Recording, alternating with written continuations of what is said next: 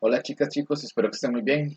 En esta clase de hoy vamos a empezar a ver lo que son medidas de asociación y correlación. Hoy vamos a trabajar específicamente el tema de independencia estadística.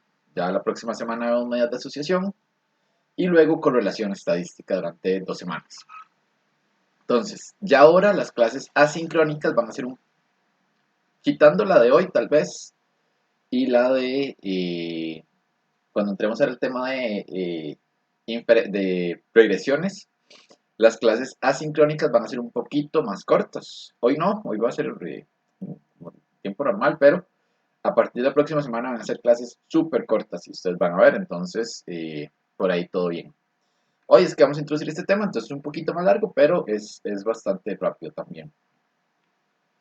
Como introducción tenemos que eh, hoy vamos, bueno, en este tema entramos a ver lo que es las pruebas bivariadas o la estadística bivariada. Anteriormente trabajamos con una variable de interés. Por ejemplo, cuando trabajamos el tema de apoyo a la democracia, nuestra variable de interés era el apoyo a la democracia. Cuando lo dividíamos por sexo, por edad, etc., eh, esas otras variables, por así decirlo, eran variables auxiliares. Solo nos dividían la muestra en dos. Acá ya vamos a trabajar con dos variables que son de interés. ¿Qué buscamos? Entender cómo se comportan estas dos variables, pero cómo interactúan entre sí. No las dos variables por separado, sino cómo están interactuando entre sí. En primera instancia vamos a observar de qué manera se podrían asociar y en la segunda, es decir, si existe una relación entre ellas. Y también queremos ver cuál es ese valor, cómo se está, o sea, primero queremos ver si se están asociando o no, y luego cómo es esa asociación. Son esas dos cosas las que queremos ver.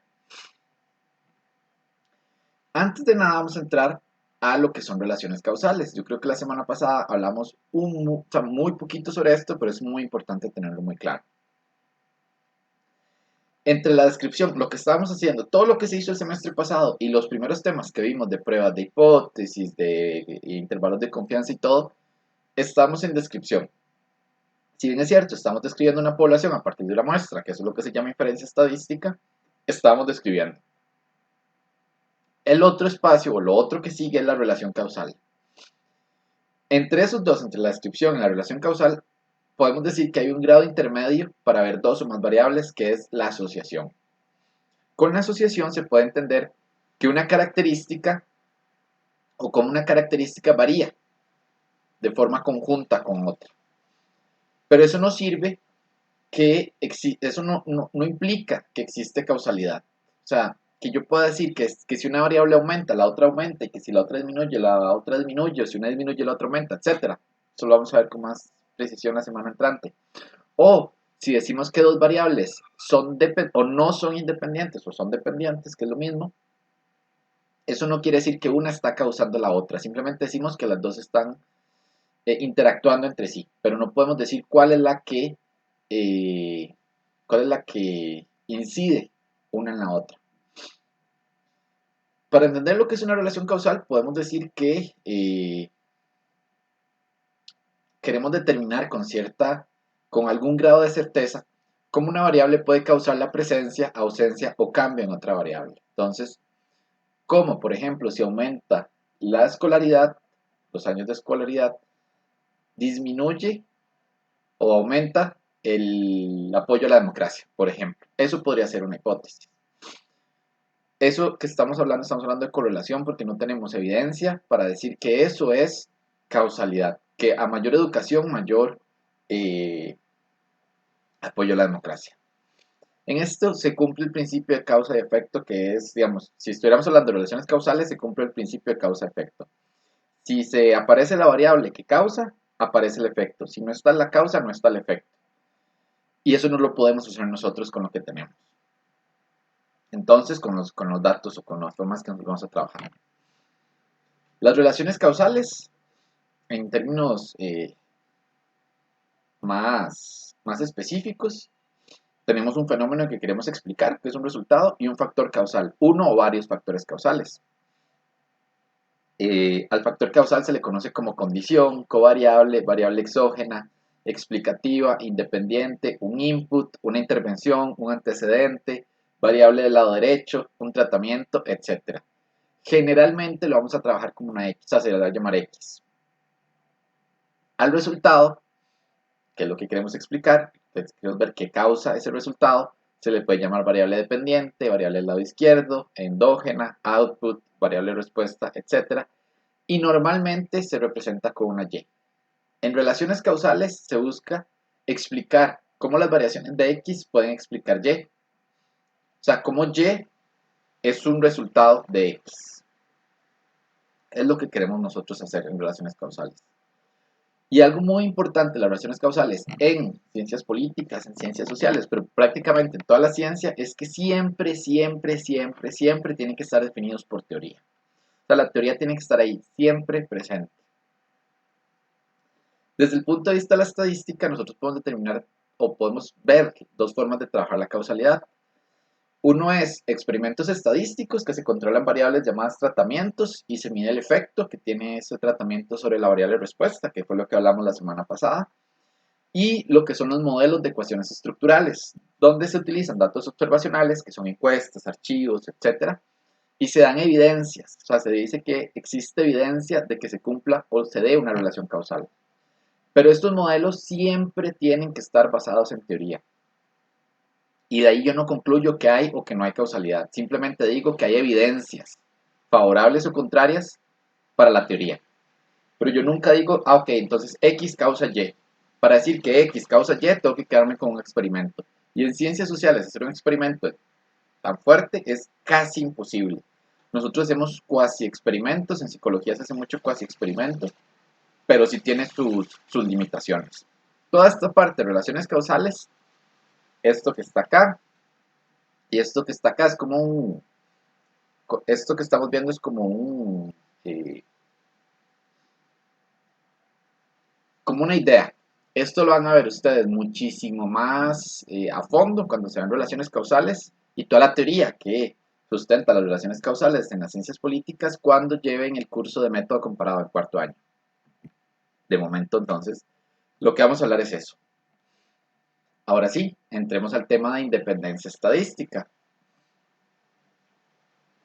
Para nosotros vamos a trabajar la independencia estadística con variables de tipo nominal. Y esto es súper importante que ustedes lo recuerden.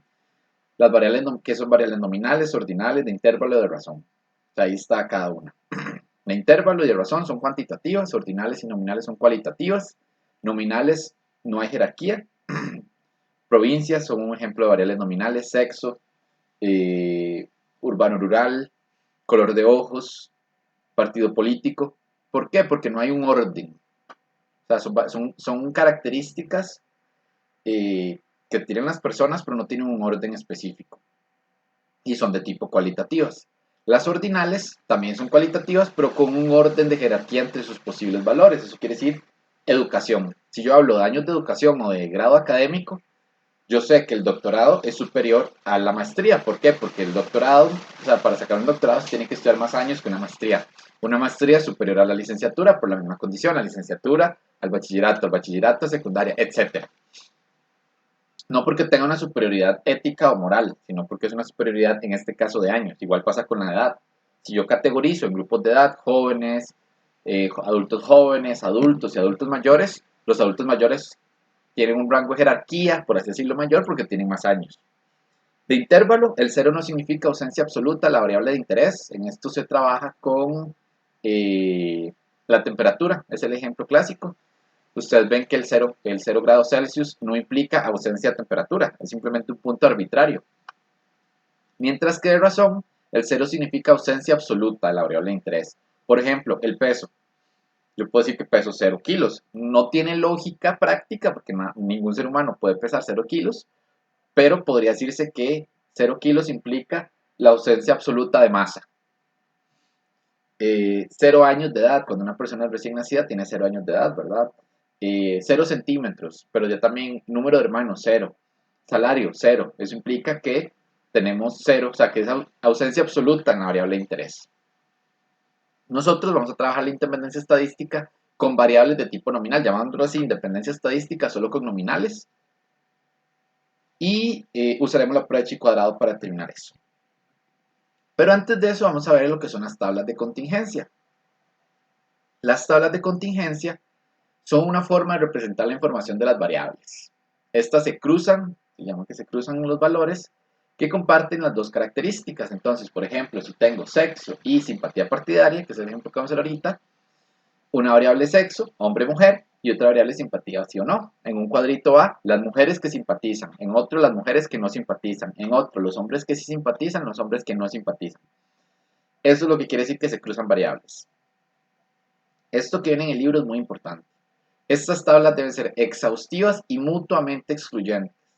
Cada observación, como sean las personas encuestadas, deben pertenecer a una categoría de cada variable, o sea, que sea exhaustiva. Y solamente a una categoría, exclusividad mutua. ¿Qué quiere decir esto? Todas las personas tienen que estar en un cuadrito. Y solo en un cuadrito. No pueden estar en más de un cuadrito. Y así es como se ve una tabla de contingencia. Esto que tenemos acá, bueno, esto que tenemos acá es el cuerpo, lo que está el cuerpo de la tabla. Entonces aquí van a haber valores, ¿verdad? Vean que aquí está X0 y Y0. Aquí van a estar todas las personas que cumplen X igual a 0 y Y igual a 0. O sea que puede ser hombres que no simpatizan. Aquí, hombres que sí simpatizan en este cuadrito de acá. Acá, mujeres que no simpatizan y aquí mujeres que sí simpatizan. Y esto que está acá es lo que vamos a llamar marginales. ¿Qué es una marginal? La marginal es la suma en este sentido. Por ejemplo, la marginal 1 es en este sentido. Entonces sumo este más este y me da la marginal. Este más este y me da la marginal. La marginal 1, la marginal Y1 más la marginal Y2 me va a dar el total general. Y ahora vamos a las otras marginales, que sería este más este igual a este más este igual a este. Y la suma de estas dos marginales también me tiene que dar el total general. Eso es obvio, ¿verdad? Eso es una tabla de contingencia, donde yo agarro dos variables y las cruzo. Y el ejemplo que les estoy diciendo, esta es de julio del 2017. 955 personas encuestadas, 671 no simpatizaban con ningún partido y 324 sí lo hacían.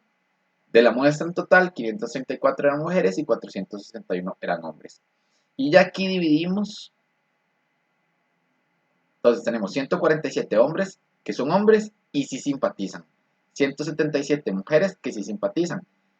Este más este me da 324. Aquí tenemos las personas que no simpatizan según su sexo. Y aquí tenemos los totales. 324 más 671 me da 995. Y 461 más 534 me da 995. Si yo quiero saber el total de hombres, pues es este. El total de hombres, total de mujeres, total de personas que no simpatizan y total de mujeres que, no que sí simpatizan y que no simpatizan, total de personas acá. Esto es una tabla de contingencia. Entonces vamos a resumir toda la información que tenemos acá. Ahora sí, entremos al tema de independencia estadística. La independencia estadística se dice, vean, la definición más práctica es la que nos da Adrián. Existe independencia estadística entre las dos variables categóricas cuando sus porcentajes, según alguna variable, son iguales para cualquier categoría de la otra variable. Un poco confuso, ya vamos a ver. Esta otra definición de Agresti y Finlay es la clásica o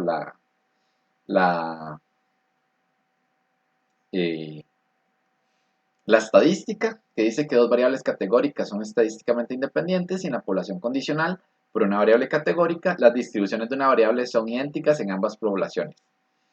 Eso ya suena un poco más complicado. Esto en términos prácticos es esto. Volvemos a la práctica, es este ejemplo, ¿verdad? Solo que ya aquí está en proporciones, que es más fácil de entender. Proporciones en la marginal 1. ¿Por qué se llaman proporciones en la marginal 1? Porque vean que si yo sumo este más este, me da 100. Este más este me da 100. Este más este me da 100. Esto ya no lo puedo sumar, o sea, solo puedo sumar hacia abajo cuando calculo en marginal 1. Solo puedo sumar los valores hacia abajo, no de forma horizontal. La marginal 2, tengo que sumar de esta forma, pero no de esta forma. Entonces, la marginal 2, no hay un ejemplo, pero es eso. Pero en R lo vamos a ver. Entonces, vean qué quiere decir esto. Lo que quiere decir es que aquí mi variable, la variable que yo voy a trabajar es la simpatía partidaria y la variable que yo fijé, por así decirlo, es la de hombres y mujeres. Entonces vamos a trabajarlo así. Entonces veamos. Si simpatiza 31.8% en hombres y 33.15% en mujeres. ¿Cómo sé yo si estas variables, simpatía y sexo, son independientes?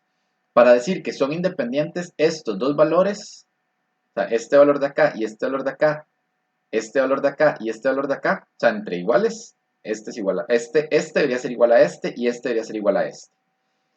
Entonces, si este valor de esta casilla es igual a este valor de esta casilla, se dice que las variables son independientes. Igual pasa con este. Si este es igual a este, yo puedo decir que son independientes.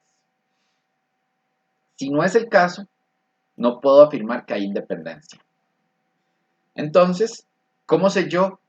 Digamos, porque recuerden que las diferencias pueden ser muy poquitas. Vean que aquí la diferencia es de 1 punto algo. Es menos de 2, la diferencia que hay entre este porcentaje y este, y lo mismo entre este y este. ¿Cómo sé yo si esa diferencia que me está dando la tabla es o no es significativa a nivel poblacional? Entonces ahí tenemos una prueba que vamos a llamar la de chi cuadrado. Entonces veamos. Se observa como la diferencia entre hombres y mujeres de 1.26%. ¿Es esta diferencia significativa? Podríamos hacerlo, o sea, podríamos saber si esa diferencia es significativa con una prueba T para dos muestras, lo que vimos la clase pasada. Pero para saber si ambas variables son independientes o no, o sea, digamos, con estos valores yo podría hacer una prueba T. Simpatía, sin rabo chancho o sexo. Lo podría hacer. Pero esa prueba no me dice también si son independientes o no. Entonces vamos a hacer esta prueba de chi cuadrado. Donde esta x cuadrado es la forma de representar el chi cuadrado. Esto es un símbolo sumatorio. Este es f0 menos valor observado menos valor esperado al cuadrado entre valores esperados. ¿Cómo obtengo el valor esperado? Se obtiene multiplicando el valor de los totales de cada celda, tanto en fila como en columna, y dividiendo por el total general. Esta es la forma de hacerlo a pie. Nosotros no vamos, obviamente, a hacerlo a pie porque no nos interesa hacerlo a pie. O sea, ahí les voy a poner un documento de mediación para las 4 semanas que siguen. O sea, es un documento único que trae, prácticamente es esta presentación en documento de Word que trae toda la información y ahí viene cómo se hace a pie, si lo quieren ver. Y en la clase sincrónica de la próxima,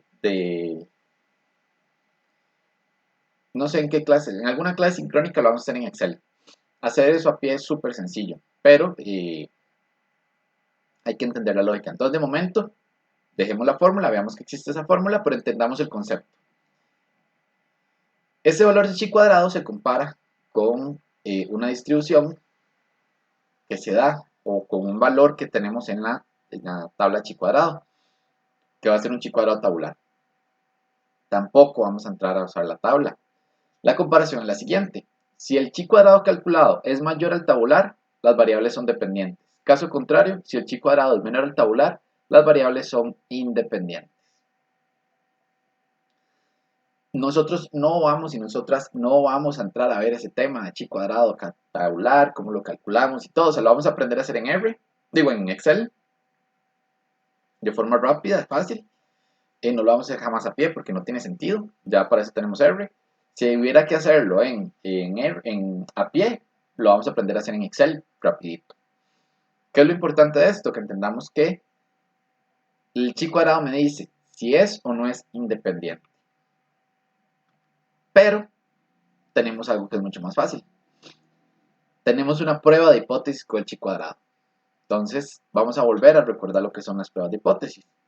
Tenemos una hipótesis nula, que en este caso lo que me dice es que las variables x y y son estadísticamente independientes, y h1 me dice que las variables x y y no son estadísticamente independientes.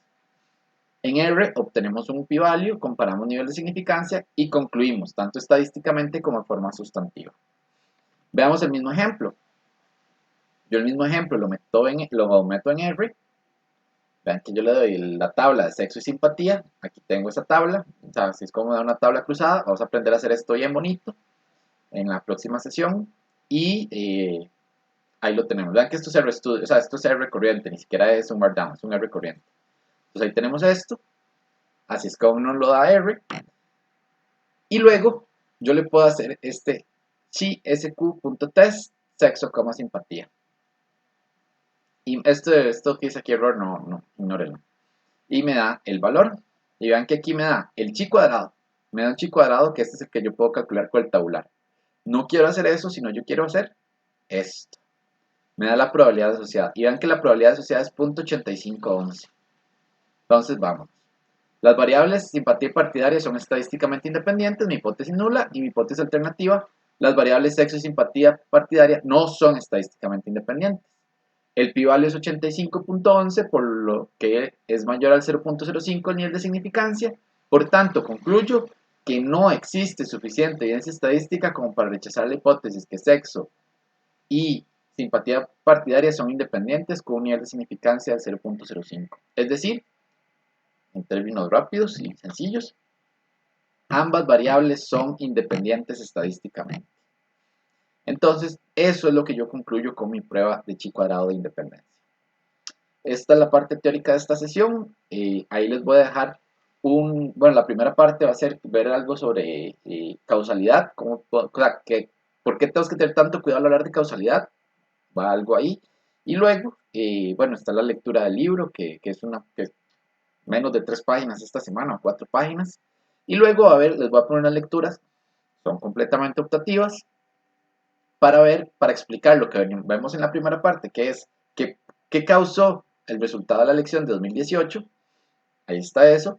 Y luego vamos al final que dice que esa explicación de 2000, que se dio en su momento tal vez no sea tan cierta. O sea, que no podemos ver las cosas sociales como unicausales, sino hay que ver la multicausalidad de los fenómenos sociales. Entonces, por aquí quedamos y nos vemos en la sesión sincrónica. Espero que esté muy bien.